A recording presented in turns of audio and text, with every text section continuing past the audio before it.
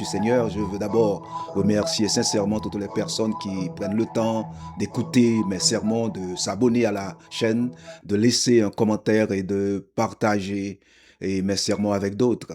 Par votre soutien, franchement, vous m'aidez à propager le message de Dieu et à toucher davantage de personnes. Ensemble, par la foi et par l'action, notre objectif est d'atteindre d'ici la fin de 2027 environ 3 millions de personnes qui ne connaissent pas encore Jésus-Christ afin de leur transmettre le message d'espérance de l'Évangile.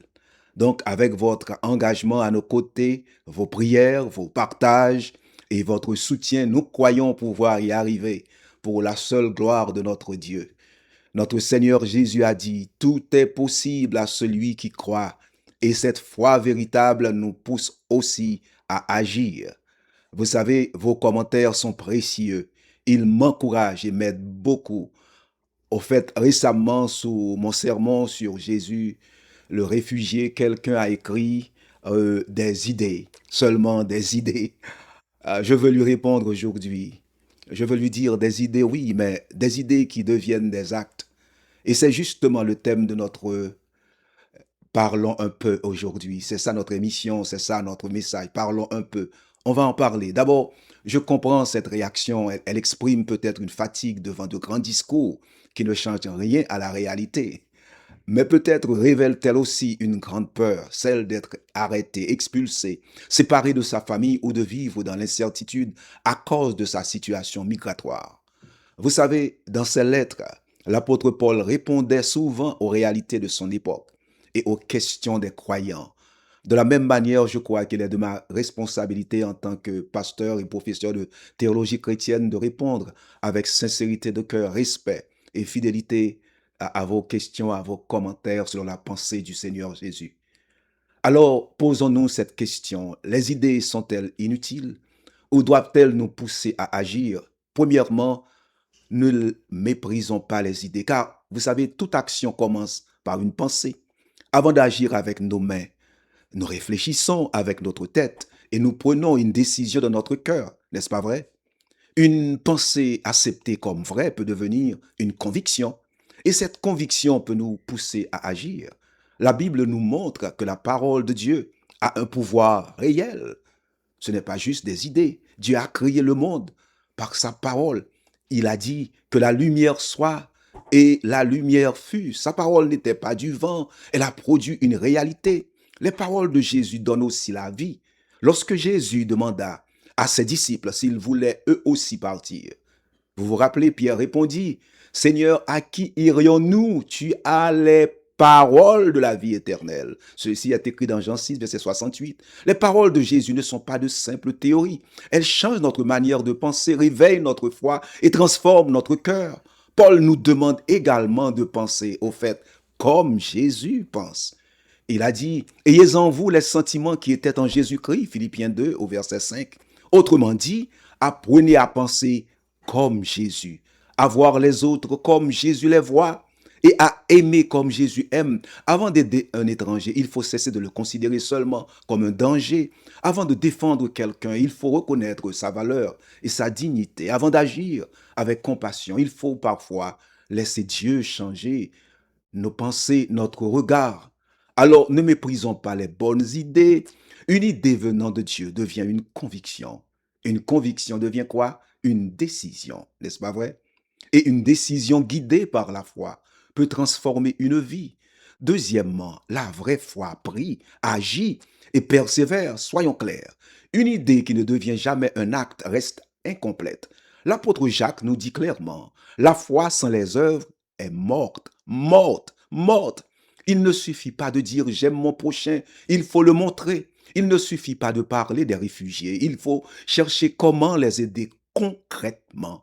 Il ne suffit pas de dénoncer l'injustice, il faut aussi faire ce qui est juste, juste autour de nous. Mais attention, prier, c'est déjà agir. Prier, c'est se tourner vers Jésus, lui confier nos peurs, lui demander sa sagesse et rechercher sa direction.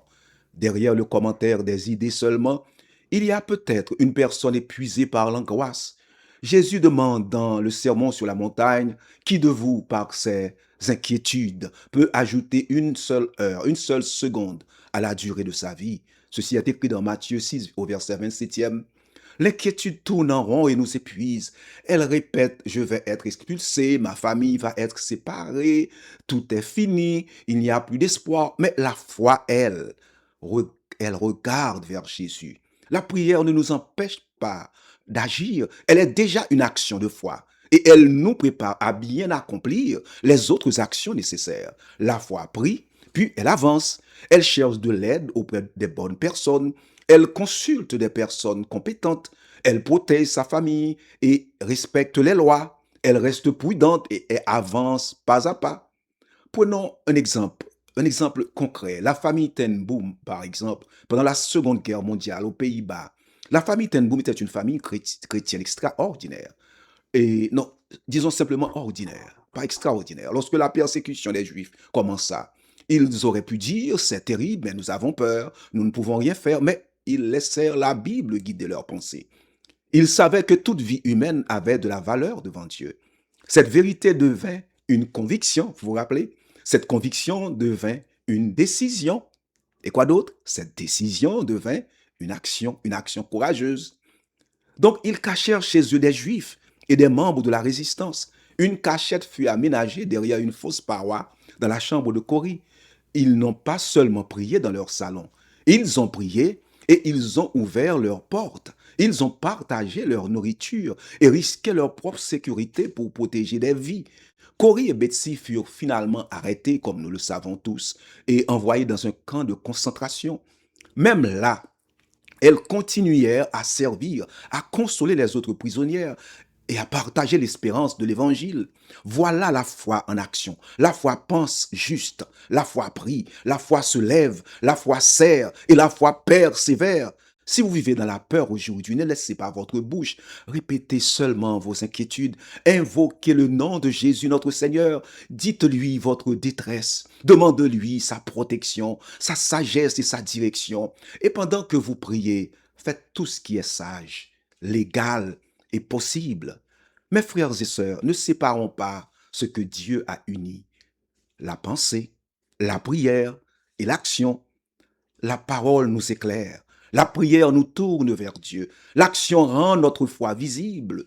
Jésus n'a pas seulement parlé d'amour, il a touché les malades, nourri les affamés, accueilli les rejetés et donné sa vie sur la croix. Alors ne disons plus simplement ce ne sont que des idées. Prions plutôt. Disons plutôt, Seigneur, donne-moi des pensées conformes à ta vérité, un cœur rempli de ton amour et le courage de transformer ma foi en acte. Mon frère, ma sœur, quelle action allez-vous poser aujourd'hui? Qui allez-vous appeler, encourager ou aider? Quelle démarche sage allez-vous entreprendre? Allez-vous laisser la peur diriger votre journée ou allez-vous laisser votre foi prier et agir? Rappelez-vous, une idée venant de Dieu devint quoi? Une conviction. Une conviction devient une décision et une décision mène à l'action. Et la prière donne à cette action sa direction, sa force et son espérance. Donc, si vous n'avez pas encore donné votre vie à Jésus-Christ, vous pouvez le faire maintenant. Peu importe où vous êtes, votre passé ou votre situation, Jésus vous appelle aussi.